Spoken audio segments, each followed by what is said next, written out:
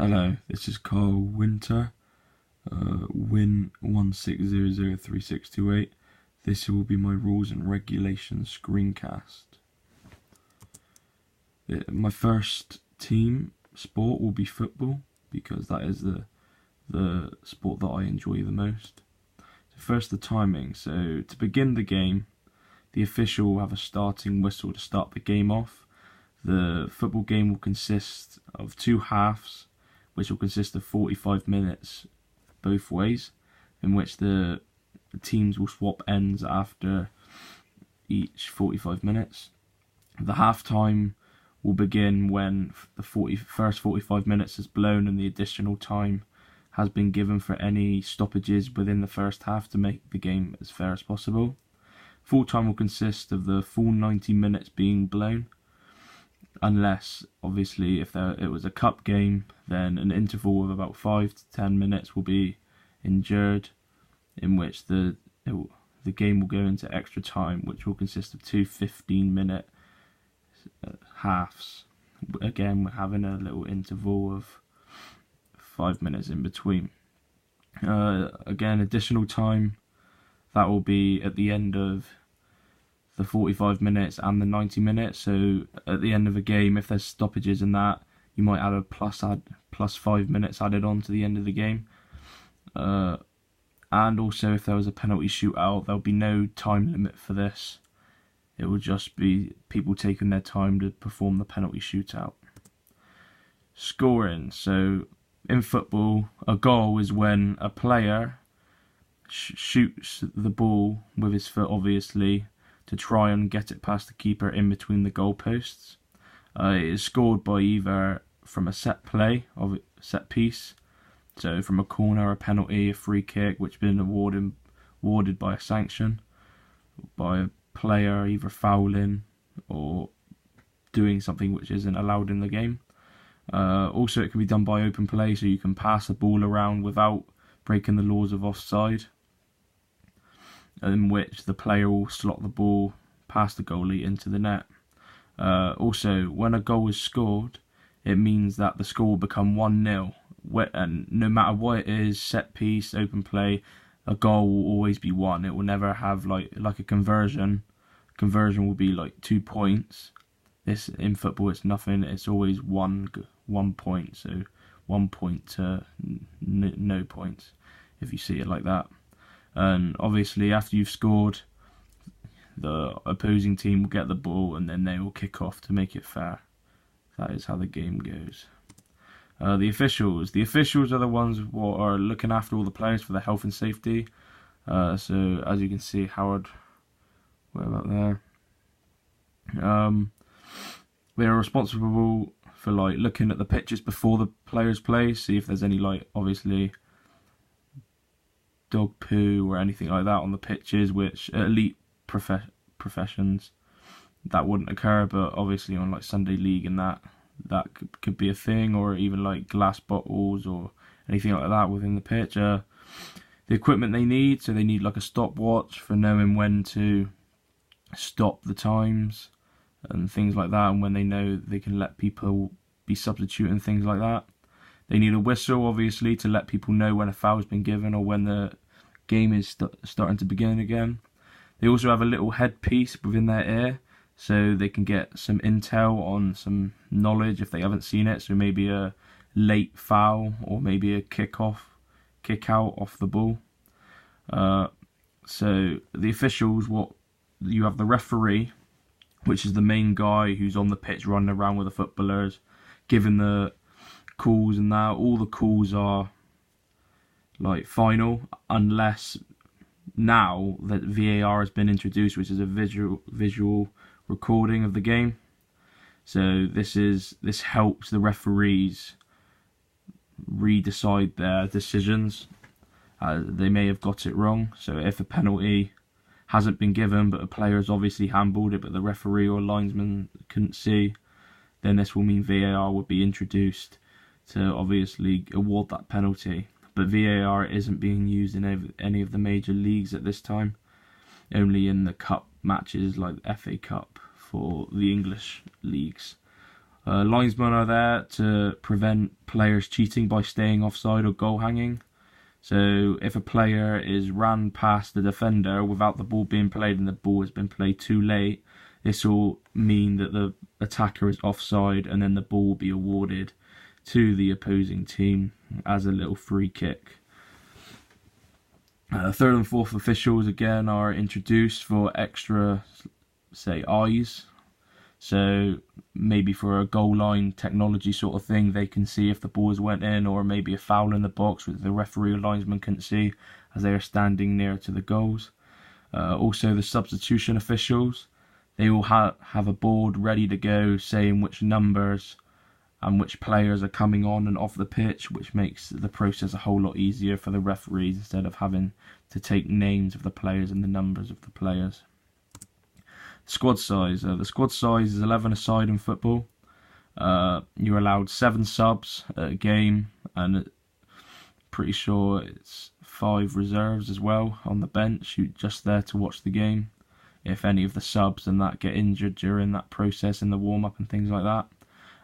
During the game, you're allowed to make 3 subs in all the leagues. However, recently introduced in the World Cup, if you go to extra time, you are allowed an additional 4th sub if your 3 subs have been made. Position on the pitch. So depending on which formation you play, because there are so many formations out there nowadays, you have obviously your goalkeeper. That will always stay the same no matter what formation you have. You can play 3, 4 or 5 at the back. Normally those are the main sort of formations you play, unless you absolutely want to go defensive and you end up putting more than that, but that isn't very common. So you have your traditional left back, centre backs and right backs, but you can introduce obviously the left wing back and right wing back, but they will be more attacking based. You can have obviously your central midfielder, classic, or you can have your CDM, centre defensive midfielder, that is, or the central attacking midfielder. That will mean they're more likely to be attacking based, so maybe they're more attack minded than defending minded. You can have your left midfielder and right midfielder, so they do attack, but they could also defend as well for you. Or if you're playing a more attacking formation, you can have your left wing and right wing. So this means that they are more born to attack and score goals. You can have your central forward, so they're not an out-and-out striker, they're more like a number 10, which means that they can hold up the play, they can set up the wingers and things like that. And then you have obviously your out-and-out striker, who just looks for the runs and things like that, who get onto the end of balls if you knock them into the corners and things like that. The ball out of play. So basically, as you can see, there's the pitch. So you have the pitch is 96 yards long, and you can see there are 4 lines which make up a rectangle. If the ball goes out of those 4 lines, so if it's here, then that means that it will go out for a goal kick or either a corner. And then if the ball travels outside here, then you just get throw-ins on either side of the pitch, and likewise with the other end of the field. Foul. So how is a foul caused? A foul is caused by maybe a bad challenge, so a real bad challenge, nasty challenge. It can happen with handball. So obviously football, self-explanatory, you're not allowed to hand the ball unless you are the goalkeeper or the whistle has been stopped and you're retrieving the ball to get the ball for a free kick, or as well as taken for throw-ins. Late tackle as well. Late tackle, this could mean in a very bad way for the opponents. You could injure them really badly if you late tackle and they're not ready. So that could issue in a yellow or red card. And also time wasting. So nowadays they've introduced the rule of a 6-second rule for the goalkeeper, and also keepers used to be allowed to throw the ball out and then the defender could kick it back to them and then the goalkeeper could pick it back up. That isn't allowed now, because that could issue a serious amount of time wasting. So the types of fouls you can get: a free kick. A free kick is anywhere outside of the 18-yard box. Anything within the 18-yard box is awarded a penalty, and that is the most clear-cut chance of a set piece, as it is only one player and the attacker within that box. So free kicks, that can be say a kick behind the halfway line for the defensive team, or it can be just on the edge of the D in a shoot-in position. Offsides as well, obviously I explained this a little bit earlier. That's where a player, if he runs past the defensive line but the ball isn't played quick enough and they have made their run a little bit too early, that means the player will become offside and a foul is awarded to the other team, in which they can stabilise and the counter-attack maybe if they take it quick. Handball, obviously, you aren't allowed to handle the ball on the pitch at all. This could issue, depending on how severe the handball is, it can issue in a warning, a yellow or a red card. Also a bad challenge. Obviously, bad challenges are not allowed because of health and safety regulations. Obviously, as football, it's not as brutal as rugby. However, if someone is off balance and someone goes in with a 2 foot, obviously that is going to really hurt them, even injure them, and possibly ending their career. Obviously, last man as well, that could issue in a red card. Simulation as well. So if someone is overreacting, if someone, say, got brushed on the air and they go down seeking a foul and asking for like a yellow card or a red card to the referee, that can be seen as simulation. This could be awarded to the opposing team as the player is obviously overreacting.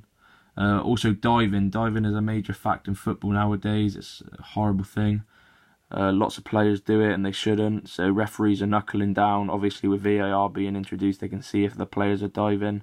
And if you do dive, it is normally issued a yellow card at first. But if it's severe and the player is overreacting to the max, it will be issued a red card.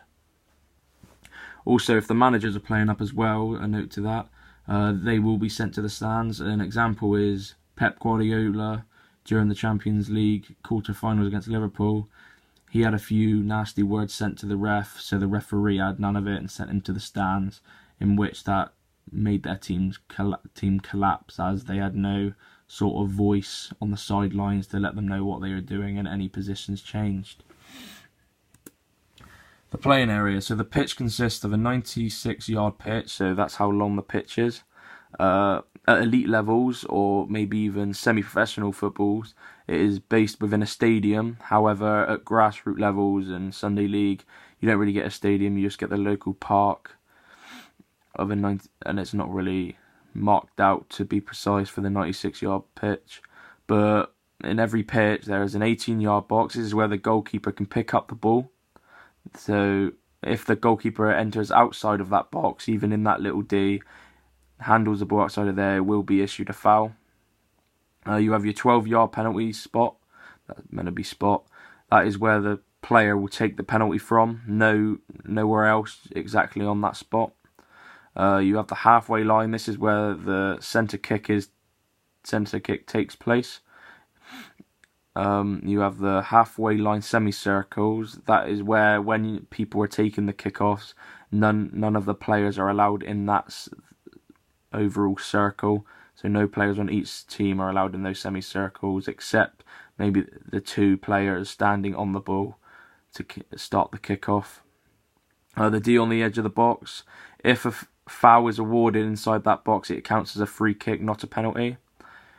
So yeah, that's pretty self-explanatory. No penalties awarded unless it is inside the 18-yard spot, 18-yard box. The corner, you see the little cones in the corner, the little pies. That's where the corners are taking place. You can't take it anywhere more to the right or to the left of that. It has to be within that little spot. The goalkeeper 6-yard box. If the ball goes out for a goal kick, this is where the goalkeeper will kick the ball from on that line.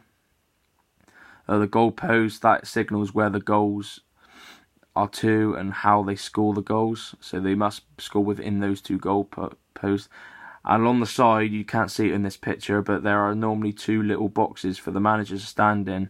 The managers aren't allowed to come out that box, but in some cases it is allowed. Say if you're 90th minute and you score a late winner, obviously it's going to be emotional, and you see some managers come flying out of that box to celebrate with their fans or with the players.